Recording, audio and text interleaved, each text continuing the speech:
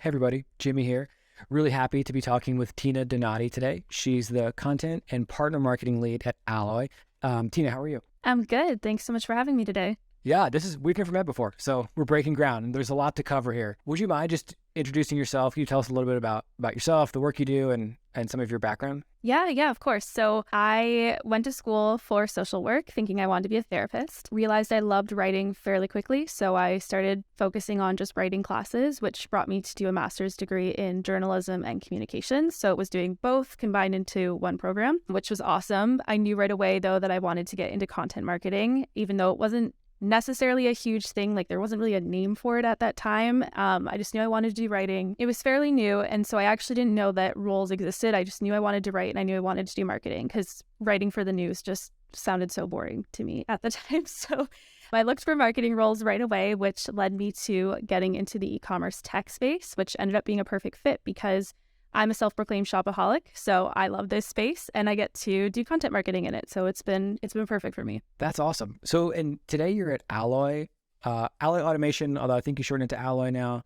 Yes. Can you tell us about that? I'm not really familiar with it other than just checking out the site. Could you kind of give us an overview of the company, what the product does and who the customers are? So Alloy actually works with both brands and other tech solutions. And so we're an integration software. So for brands, that kind of would mean, we're almost like the Zapier for e-commerce. You could think of it that way. And then for other SaaS companies, they come to us so that they can offload their integrations work, take it completely out of house so that they can just focus on building their core product. And then we do what we do best, which is build their integrations with other tech solutions that they're partnered with. That's interesting. I sometimes think of Zapier as the world's most perfect business in the sense that to date, they don't have a ton of competitors and they make everybody's product a little bit better. So it's a happy, feel good product to use, I think. Do you find that with Alloy? And I guess kind of a follow-up question to that is, I'm assuming that verticalizing it allows you to go much deeper into very specific tools that e-commerce folks are using, whereas Zapier is just so broad that they're not ever going to be able to cover all of those really specific apps that your customers need. Yeah, exactly. And that is one of our main selling points is the fact that we are so focused on e-commerce and pretty much everyone on our team comes from some e-commerce background in one way, whether it's having led their own brand before or coming from another tech company. And so we're very, very well versed in the space.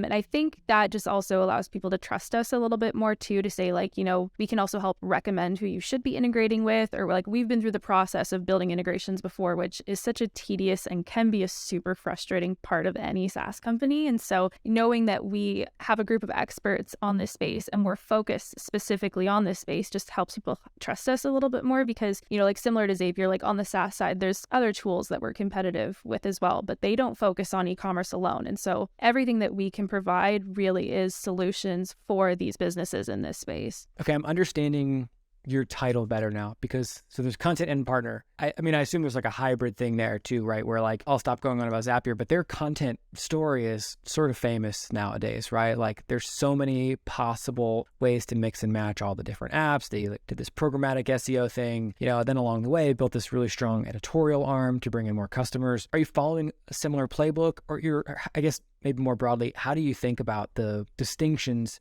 between the two groups that you have to communicate with? Yeah, it's a great question because it is tough. They're very different audiences. On the brand side, we're talking more to marketers and founders, whereas on the SaaS side, we're talking more to engineers and product managers. So it's a completely different audience. And so I would say, I have been doing this by myself with this team for a while. We're a very small team. We've been a marketing team of 2 until, very soon we're bringing on a head of marketing. And so it's been a lot of wearing different hats, which is why just recently I took on the partner marketing title too, because it's something I actually had been doing already for the past few months. So it was just more about making that official finally. But I would say we're not really looking to take anyone's playbook just because we aren't Zapier. I don't have a team of so many writers like they probably do. I'm still in the process of trying to build the business case and to prove the value of content, which luckily enough, I work for some founders that love content. They think it's, the most important thing for the business. They're 100% believe in inbound. So that part is mostly done, but I think it's just about continuing to prove that value, show data. So yeah, it's super helpful to have founders that believe in the power of content. That definitely makes my life easier. But just because, we're only a 3-year-old business at this point. And so we're still trying to ramp up. We're trying to showcase the value. And then, maybe I will have a huge content team at one point, but we're just not there right now. So yeah, my playbook really is wearing a lot of different hats and just trying to keep focused on quality over quantity. Because that's a whole rabbit hole that we can get into, obviously. But I think it's so easy as a small, nimble team to just like push things out so quickly and not really thinking about what you're doing or why you're doing it. And when I came in, I wanted them to stop doing that. And so that's been what I've been really focused on the last year is like, let's just do quality content. That's really interesting. I'm sort of curious, it makes me think about the kind of the structure of the team. Like, what does the rest of marketing look like? And who do you report to? Are you reporting directly to founders? Yes. So my first 6 months at Alloy was me and then a marketing generalist who kind of just did a bunch of different things with partner marketing, product marketing, everything. And then even before I came on, she was there for 6 months doing content marketing too in her role. And so that's why, for someone in that type of role, like you're by yourself, you're really trying hard to get things done, to push things out, move on to the next thing. And so when I did come in, I felt like that was kind of the content play, was just like pushing things out. And I noticed like, yeah, we were ranking for lots of keywords, but the keywords weren't really necessarily related to our product in a good way. And they weren't actually converting people the way that we wanted it to. And so that's why I was like, let's focus on quality. And then 6 months into my role, she actually had moved on to take a higher up position in another company. And so I was left by myself for a few months. And then in November, finally, we brought in a product marketer. So now that side is completely taken off of me. So I don't have to think about product marketing anymore. And so that's allowed me to focus more on content again. And then now we have a head of marketing joining us fairly soon. Okay, cool. That's awesome. Just a question about your career. Do you, past jobs that you've had, like, are you attracted to early stage companies where marketing, basically where you do get to wear a lot of hats, or is this a relatively new thing for you? Yeah, it's a good question because I actually started my career working for a Fortune 500 company and I was miserable. I was sitting in a cubicle all day, every day, doing the exact same thing. I'd have all my work done by like Monday afternoon and it would have to like find ways to fill the rest of the week. And I remember like going to my manager and saying, I need more work to do. Like, please give me something to do. And I could never take anything on because it was always seen as stepping on someone else's toes if you were to like assist other teams with things. And so I didn't like that culture at all. I was just so bored. I was listening to podcasts all day and it just wasn't for me. And so that's why I ended up going into the startup world because I had interned at an agency prior to the Fortune 500, and agency life is a little similar to startup life in a sense of like you're moving quickly, you're wearing different hats. And I always really liked the agency life, and so I was like, you know what, I'm gonna give tech startup a chance, and I haven't left. It's been nice. I love being busy. I love knowing that there's always going to be an endless amount of work for me to do. That doesn't stress me out. It excites me. And so for now, this is where I am in my career. I don't know if in the future I might want to, settle down, as I say, and take a more corporate job again, but I love being this busy. Yeah, I hear you. I've only had one corporate type role in my own career, and similar, you could get your work done pretty quickly. I skied 50 days that winter, which was like for me just like a vacation. It was so much fun, and then I got bored and needed to like go back to like more satisfying work. I want to ask you more about strategy and specifically the shift from quantity to quality. But can we dwell for a moment on the team? Because I'm curious, we're asking everybody how you communicate with your team. Obviously, it's different at smaller teams. I'm guessing there's probably a little bit more informality around it. Like it's just easier to get in touch with someone, jump on a quick call, Slack or whatever. But do you all have a structured set of one-on-ones, weekly or monthly syncs, pitch meetings or anything else that's like a regular event on the calendar where the marketing folks get together and brainstorm and plan? Yeah, absolutely. So we're predominantly asynchronous as a company. So, we have a little like chart in our Slack channel that's like, could you do this? If the answer is no, send a Slack message. Do you need this? If the answer is no, send a Slack message. So we try to follow that. But we do meet as a marketing team every Friday at the end of the week to kind of like clear up our sprint, see what we accomplished, celebrate those wins together. Then I have a one-on-one with my manager directly on Tuesdays. And then as the head of marketing comes in, I'm sure we will, have, either she'll take over the Friday meetings and the CEO can go focus on CEO things, and I'll probably have a one-on-one with her. And then I'm actually looking to hire a writer. So thankfully have made the business case. We see the value of content, so we're expanding the team a little bit. And so when that writer comes in, I would love to have just content focused sessions, maybe once every other week or once a month, where we can really like brainstorm, what are we going to do for this month? What's the calendar going to look like and why? What keywords are we going for? All that kind of stuff. Cool. That's exciting. We'll link to the role in the description in case folks want to check that out. Any tools that you all lean on that you find to be particularly helpful, either for asynchronous communication or marketing needs, like CMS or distribution or anything else that you've kind of uncovered that you find to be especially helpful? Yeah. So our tool stack consists of obviously Slack for communication. We use Google Drive to kind of keep all of our files. And then we actually use, I can't remember the name of it. I'll have to find it, but it's basically like an app for Google Drive that on my MacBook just pops up and I can like start searching for the title of something and then it'll just pull up the file for me. So I don't actually have to go to like the Drive website. So that's been for efficiency that we just added that.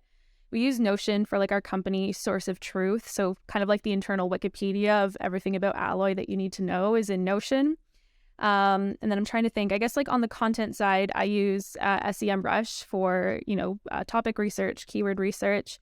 We use ClearScope for optimizing pieces. And then as of recently, we started using Jasper AI, which I'm a big fan of. So definitely into the AI game as well. And I would say that's probably, we use Zoom obviously for meetings, but I would say that's probably the biggest pieces in the content marketing tech stack.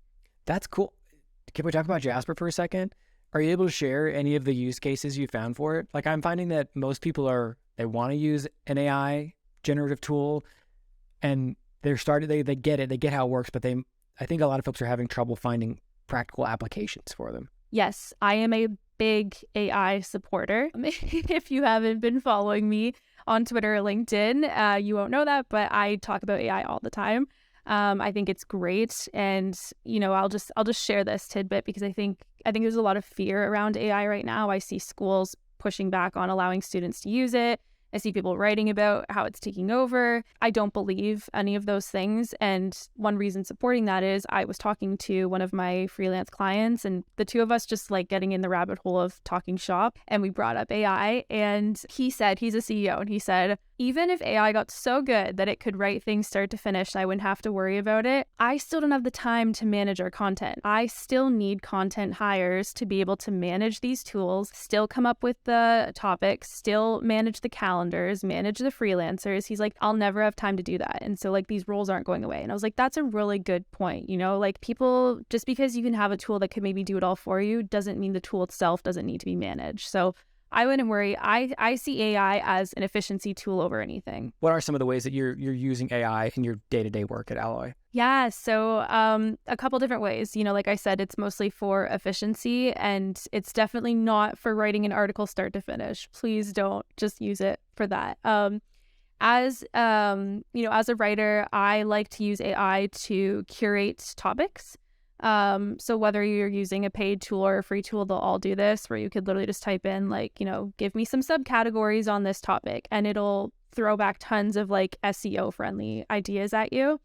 And so that can be a helpful thing to then bring to your sales team and say hey, are any of these useful? Have any of these things come up as common questions? Please always check with your team before you just take what AI tells you to do and run with it. And the other thing I like to do is after I write, actually asking it to give me some better headings. So, if I'm really just stuck on a really good engaging title or a heading for a section, AI can actually help curate headings for you that are SEO friendly. So I do love it for that. And then also summarizing. If I have written a huge piece of text on something and I'm like, this is way too long, I just throw it in the AI, ask it to summarize it, and it'll give me, options on how long I want it to be, and it'll help me do that.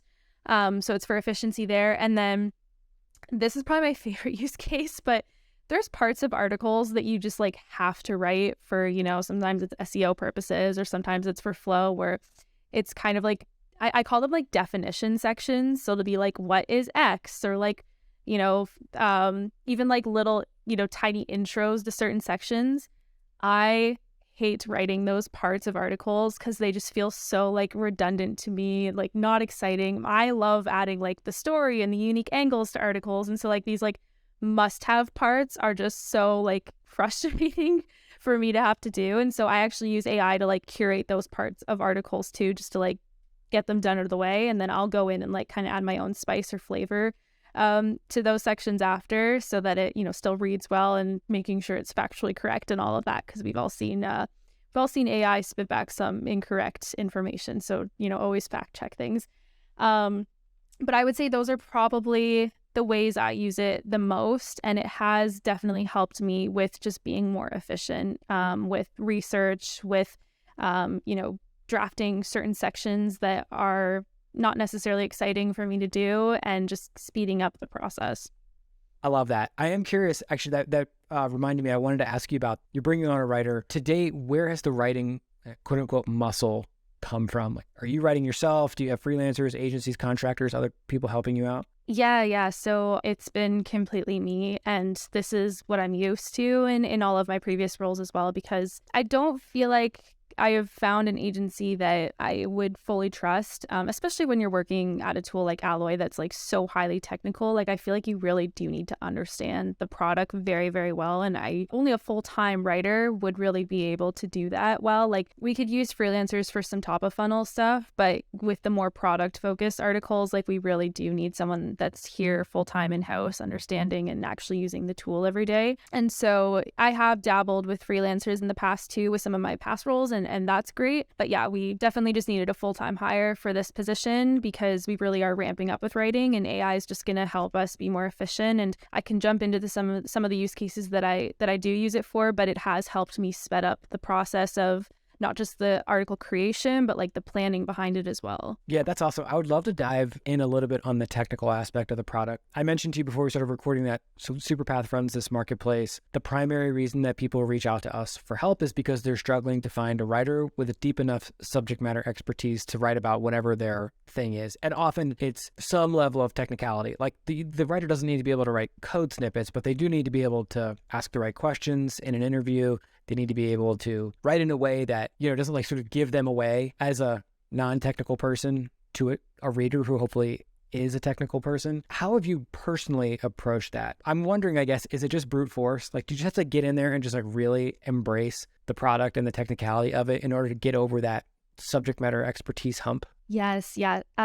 So when I actually first joined Alloy, we didn't have this product that was for the SaaS audience. It was just like the automation tool that was for brands. So still technical, but far less technical, not trying to speak to engineers with that tool. And so when I first joined, it was fine for me, because all my past roles, I had been writing for brands. The e-commerce space is one that I know very well as a writer, and from interviewing tons of subject matter experts over the years in it. And so that switch to suddenly having this product for SaaS teams and trying to market to engineers and product managers was like it was just like a culture shock for me at first, because it was like, okay, like these things that I've been doing are no longer relevant because it's not going to work for this audience. Engineers and product managers can, smell bullshit from a mile away. And they are probably the hardest target customer to convert as a marketer, because they just, they so easily roll their eyes at marketing speak and whatnot. And so it was a difficult transition. And I think the only way I got through it was, like you said, I just had to have so many calls with our director of customer success, with our chief technology officer and co-founder, and just ask questions shamelessly, like not feeling like maybe I'm making myself look bad by asking these questions, because I clearly don't understand these concepts. I think they actually respected that a lot more, knowing that I was capable of doing that. And I remember like my manager saying to me, like, you probably asked the most questions out of the whole company, but like, we love that. And so I was like, okay, then, it's good. If you're working for people that respect that, then that's obviously a green flag. And so it was like, that was my opportunity to say, okay, I'm just going to keep asking questions. I'm going to keep pressuring on the why behind certain decisions or certain technicalities in the product. I'm going to ask what specifically they're for. I'm going to ask how to actually do it. I'm going to ask people to walk me through it. And I continue to do that even, it's been 8 months since we've launched this tool, and I still am learning every single day. And that's okay. Like I said, it's like just shamelessly asking these questions, because It's going to be far better off that you try to do your best to understand things than to pretend that you don't and be like silently struggling while you're working. Yeah, that's awesome. I love that. I'm going to take this moment to just highlight that, actually, especially for companies who are in the process of trying to hire or find, whether it's full-time or freelance talent they're looking for. There are so few people who are already trained up and ready to go to write about your product or industry. If you have even a mildly technical product, you should be prepared to train basically everybody on your team, especially the, marketing, sales, customer success, et cetera, the people who are not actually building the product, because it's going to continue to be a problem for the life of the company unless you really lean into that. There was one company we worked with at Animals. I won't call out their name, but they had a pretty technical product. They had actually built a course for anyone who was going to be working on marketing or sales that would run through like kind of update of the industry, run you through the product, gave you all these resources because they knew that they had to be able to kind of guide these people along and just help them do it a little bit more quickly. So I think that's really cool. I think it's cool that you've done it. And I think it's cool that Alloy has empowered you to do it as well. And it actually makes me think that, you'd mentioned this. Oh, sorry. Go ahead. I didn't want to cut you off. I was to say another thing like the founders do that I think helps with this, like thinking about the course that you mentioned, they actually send weekly challenges to our go-to-market team. And they're like, hey, like, this week, your weekly challenge is to go in the product and build this integration or build this workflow. And please make sure, like, you spend 15 minutes doing this and like send me a screenshot. And that's just another great way, like on a weekly basis to like actually go in and use the product and be told to try different features of it as well. And then see where you get stuck and just ask questions. Cool. I feel like this getting up to speed on the product in part explains the shift from quality to quantity, because you're sort of forced to slow down. Or like once you say, I'm going to get myself up to speed on this product, I'm going to be the one doing the writing for now. It forces you to slow down, I assume. Simultaneously, though, it sets the tone for all the other folks who are going to join the marketing team over the next couple of years. And I think that's really important because as people are applying and as you're interviewing and building out your team, the work that you've published in the early days kind of becomes the bar for quality. And then you're always trying to beat that bar. So you start yourself from a much higher place if you take this approach of, focus on quality, which is easy to say, hard to do, right? But then also to have you do it yourself so that you can be the one that kind of like guides the next person or group of people through that too.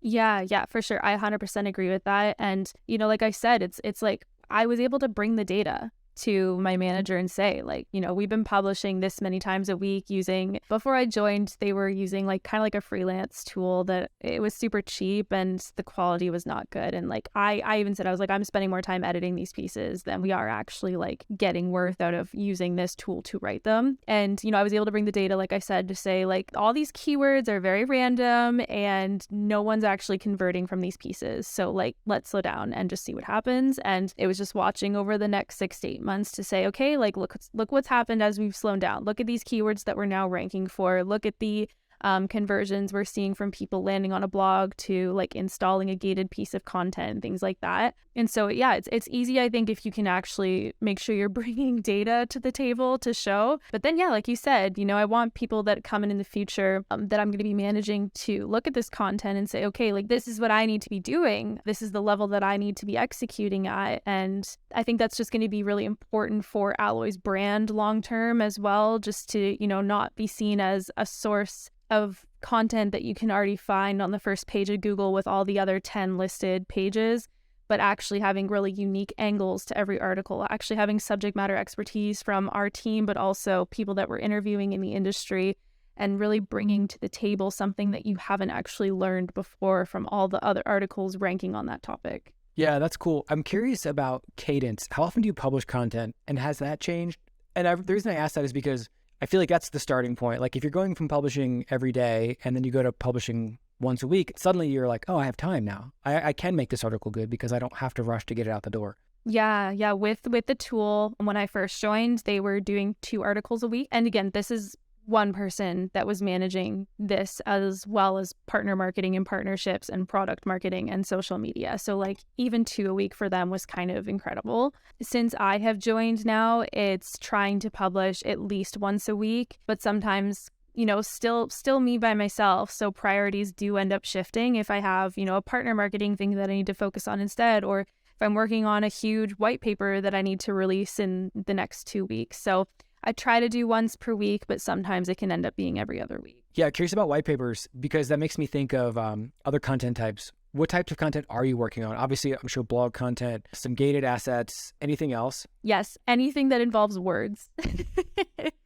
That is the best way to describe my role. So I am managing our social media channels and our social media calendar. I am managing our company's newsletter and welcome flows. I write all of our welcome flows. I do all of our gated campaigns, so white papers, different guides, obviously anything that's partner marketing related, so webinars and videos. And obviously the blog and the strategy and the calendar for the blog, some PR here and there if they if we're launching something that I need to write a press release for. And then honestly, the list can go on. That's why I just say anything that involves words, I'm involved. Yeah, that sounds like the life of a one-person content team. That's really funny.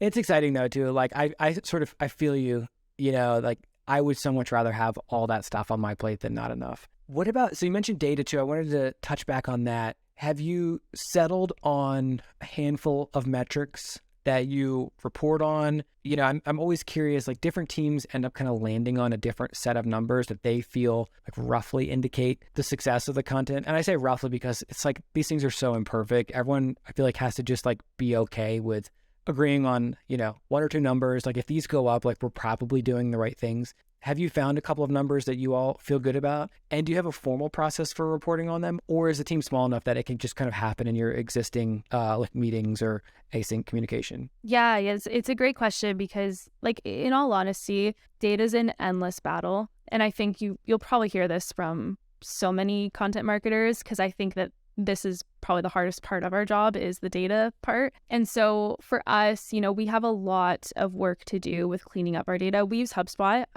for all of our kind of internal stuff. So like our CRM is HubSpot, and then a lot of our dashboards are in HubSpot. And then we use Mixpanel as well, which our developers actually have to go in and manually code things if we want to track them in Mixpanel. So like I said, if someone lands on a blog and then ends up downloading a gated asset, like that's all tracked through Mixpanel. And then obviously like Google Analytics, that kind of stuff. But I really try to avoid vanity metrics. Like I don't look at things at like time on page or bounce rate that much. I'm really more focused on, and this full credit to Tracy Wallace for this, because she laid this out in one of her newsletters a few months ago, and it's been really, really helpful for me. And I actually used her framework to share with my team how we could improve our metrics. But it is the fact that as a content person who's working on, mostly like top, mid, some bottom of funnel stuff, you are responsible for driving visits on the website to leads, and then leads to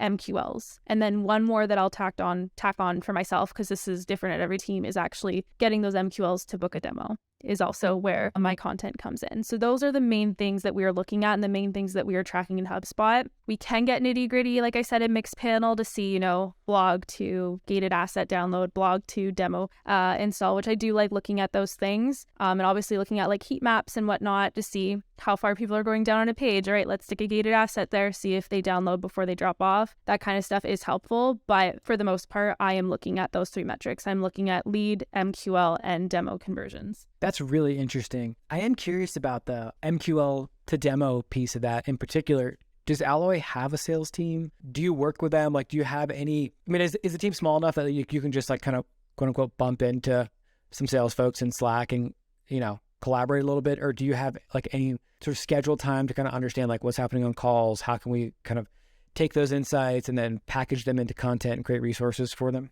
Yes. Yeah. We are small enough that we talk all the time. And I actually have a weekly sync with our sales team and our customer success team to go through exactly those things. And one thing I forgot to mention to you actually is, past the demo, I also want to see, did the people who downloaded content actually convert into a customer down the road? So that one also is obviously important, because at the end of the day, we want paying customers. So that is an interesting metric to look at. But I would say everything on the content side, like majority of the things that I'm working on and writing about do come from those two teams solely, because the customer success team has a really good idea of, what questions are coming up all the time with our customers and things that I could be doing to help retain them longer through marketing. And then obviously on the sales side, they're hearing from prospects all the time. So, what features do people want to be hearing about the most?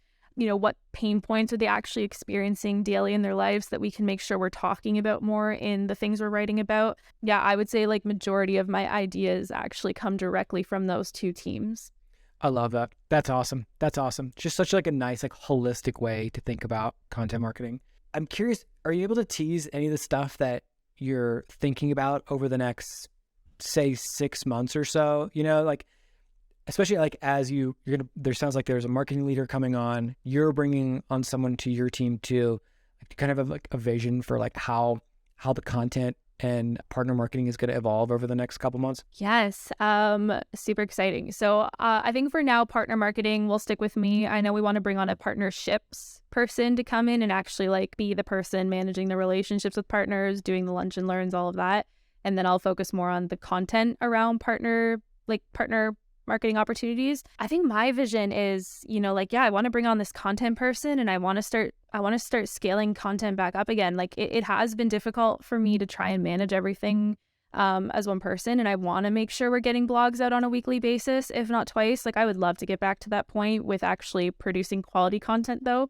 And so I think, that would be my vision, is just like having someone come in to help, not just execute on the strategy, but have enough of a background too to even give me ideas on ways that we can be improving our blog content and other channels too. So that would be great. I think, things I'm working on, there are a couple things I'm super excited about. Probably number one that I will tease is it took me so long to work on this because it's this interactive page. So when people land on it, they're going to click, what role they work at in their company and what type of app they work for. So is it like a loyalty app? Is it an SMS app, an email app? And then after they answer those questions, we're spitting back this entire landing page experience that is completely customized to those first two things that they answered. And so I had to do so much digging and work with our sales team and customer success team to like make this page come together and be able to pull like information that was actually going to be beneficial for each person as they fill this out. And it's just going to be this really immersive, interactive page experience. And I'm really excited about it. And then near the end, we're saying, what's in your integration roadmap? Tell us about it. And then they're going to be able to write back to us. And then that actually gives our sales team an opportunity to have something really targeted that they can reach out to that prospect with. That's fascinating. Are your developers custom building this, or did you find another SaaS tool that kind of enables you to create those pages? Yeah. So our whole website is actually custom built. So one like tiny pain point I probably have in my role is it's awesome to have developers that are capable of doing this because we can do some very incredible, unique things. But obviously there's a little bit of a hold up, from things going from writing to InDesign to the developers actually making time to be able to tackle these things because they're also working on our core product too. So they're trying to balance their time. So yeah, it's all custom built, but I think it's going to be a really fascinating thing. And I've come up with a big list of ways that we can distribute it. And don't know if we're going to make this happen, but I would love to dabble in direct mail with a QR code that sends people to the page. I love it. I think that's so cool. Like what a kind of well-rounded approach to this. When that's ready, please let me know because I would love to share it in Superpath. I think people would really get a kick out of that. I find that anytime marketing and engineering can get together, put their heads together and really like collaborate, awesome stuff pretty much always ends up coming out the other side. Yeah, I'll absolutely share it. I always love, helping inspire people in some way because, things like Twitter and LinkedIn have helped me a lot in my career. So it's always nice to have people share these things. I love it. 2 questions for you. I want to be respectful of your time. One is there anything that you've changed your mind about regarding content marketing since you've joined Alloy? That's a good question. Things I've changed my mind about. Okay, I think sometimes we worry a lot about fluff. And I almost feel like one thing I did when I joined Alloy was just focus more on the story than focusing on, am I adding too much fluff to these pieces? Not to everything, but to some blog pieces that are more like thought leadership, top of funnel pieces. And I do feel like sometimes we've like swung the pendulum a little bit too far on like what fluff actually is. And we almost cut things out that like make pieces really exciting and engaging. And I'm like, come on, like you can leave that part in. It's a joke, it's a pun. It makes people read. It helps them get to the next line because you made something engaging for them. You're not just throwing facts at them and hoping that they're going to get something out of the article. I actually don't mind having some fluff if it's done well.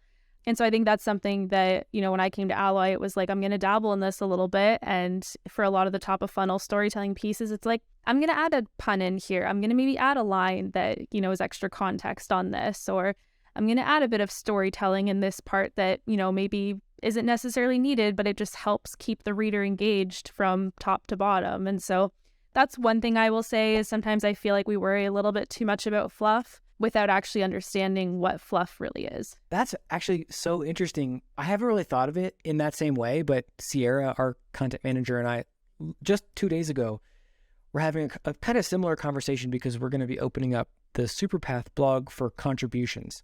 And we were trying to decide, like, how do we decide what gets published and what doesn't?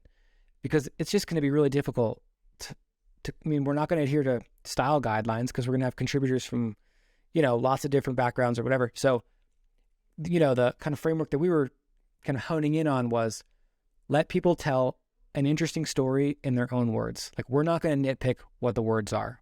We're just going to make sure that the story is a good one to tell.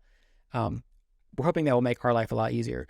But I think too I think you're right that people do care about some of the small details. Like I find myself still like, I used to read James Clear's blog all the time, and he had footnotes, and you could kind of keep track of them throughout the article. And to me, those are the most interesting parts. Like they would all be new tabs, right? It's like stuff that didn't really belong in the article, but he sort of like gave you this way to like go a little deeper if you wanted to. And to me, it's kind of like the same thing. It's like give people as much of the detail as they want, as long as the story is good. Like that's the thing that really matters, right? Yeah, 100% I agree because like, as an example, I think a lot of writers, similar to like the fluff thing, right? A lot of writers are like, hey, intro, 150 words max. That's it. Like you don't want to drag it out. And I once wrote a 500 word intro like last year on an article, and it was an entire, the whole intro was a story about an amazing shopping experience I had with my favorite brand and why it stood out to me so much and how it made me feel and how that's made me loyal to this brand. And it was like 500 words for me to get through this story. And people shared that article. People loved the story because they were like, this is so amazing that this brand did that. And I want to make an experience like this with my brand now. And thank you for sharing this. So like people, we worry a little bit too much about fluff and about things like grammar, which is hard for me to say because I love grammar. I love people using grammar properly. I love a good em dash and I will fix these things. They are the first thing I see when I am editing. But sometimes we just focus on these things so much. And we're forgetting like, okay, but is this actually a good piece of content? Like, is it valuable? Are we sharing a good story that people are actually going to care about? And I would rather focus on that. I love it. I think it's such a fresh perspective on something that most content marketers deal with every single day. I love it. One last thing for you. Where can people find you, follow your work, Alloy's work? I mean, we'll of course link to Alloy and the blog. You had mentioned that you're pretty active on Twitter and LinkedIn, so we'll definitely mention that as well. Is there anywhere else that we can send people? I would definitely say Twitter is where I'm most active, and they're so bad. I don't have my profile name. It's just at Tina_Donati there. And I'm a little bit less this year so far than last year. I tried to tweet every single day, but this year it's been a couple times a week. But I am still very active there, trying to get more active on LinkedIn. And I am looking into launching a newsletter at some point this year. Maybe we'll see if that happens. Okay, cool. Let us know because I want to read it and we'll make sure that we pass around to Superpath members also. Tina, it's been so nice to meet you officially, to chat, to get to know about your work at Alloy. Really appreciate you taking the time. Yeah, thank you so much for having me. This was a lot of fun. Awesome. We should do it again soon sometime. Yeah, thank you. Cool. Awesome. Thanks so much and take care.